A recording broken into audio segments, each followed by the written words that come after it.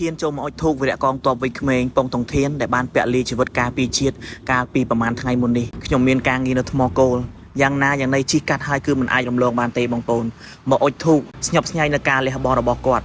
ទើបតែមានអាយុ20ឆ្នាំតែប៉ុណ្ណោះហើយខ្ញុំបានមកដល់ផ្ទាល់បានឮសម្ដីផ្ទាល់ពីសាច់ញាតិរបស់គាត់ការដែលចូលធ្វើទាហាននេះគឺគាត់ចង់បានប្រាក់ចំណូលយកមកសន្សំជួយគ្រួសារផងនិងបានថវិកាខ្លះទុករៀបការជាមួយនឹងគូស្នេហ៍របស់គាត់ប៉ុន្តែទើបតែបាន5ខែតែប៉ុណ្ណោះបងប្អូនគាត់បានពាក់លីជូនជាតិបាត់ទៅហើយស្របពេលនោះផងដែរក៏ឃើញមានវត្តមានបដិជគុណហាក់សៀងហៃព្រះអង្គក៏និមន្តមកដើម្បីធ្វើការអុជធូបនិងអំពាវនាវធម៌ជូនវីរៈកងទ័ពវ័យក្មេងរបស់យើងផងដែរខ្ញុំមានជាបច្ច័យបន្តិចបន្តួចតែប៉ុណ្ណោះតាមសទ្ធារបស់ខ្ញុំហើយបងប្អូនអាចចូលជាបច្ច័យបានតាមរយៈ QR របស់បងស្រីគាត់ផ្ទាល់តែម្ដងហើយសូមបញ្ជាក់ថងនេះផងដែរបងប្អូនមានករណីជាច្រើនបានបង្ហោះរូបភាពរបស់តុងធានហើយបានបន្លំជាមួយនឹង QR ដើម្បីបោកប្រាស់បងប្អូនដូច្នេះសូមបងប្អូនបង្កើនការប្រុងប្រយ័ត្នបន្ថែមបងប្អូនអាចចូលមើល account របស់បងស្រីរបស់តុងធានផ្ទាល់បានគឺគាត់មានឈ្មោះថា Sky Lali បាទ account នៅលើអេក្រង់នេះហើយ QR ផ្ទាល់របស់គាត់គឺមានឈ្មោះថាប៉ុងសៀវមីងបងប្អូនអាចចូលជាបច្ច័យតាមរយៈកង QR នេះបានបងប្អូនដើម្បីបង្កើនទំនុកចិត្តបន្ថែមបងប្អូនអាចចូល search មើល